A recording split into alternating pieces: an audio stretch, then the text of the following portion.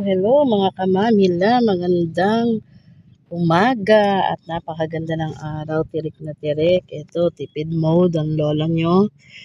Napalaot ako sa pag-refresh ng lapida ng aking mga magulang. Ayan. So, ito na lang ginawa ko. Ako na lang at hindi ko na ibinayad. Dahil tipid mode tayo. Sa dami ng gastusin, wala tayong pera. Kaya ito, tipid tips, kayo na.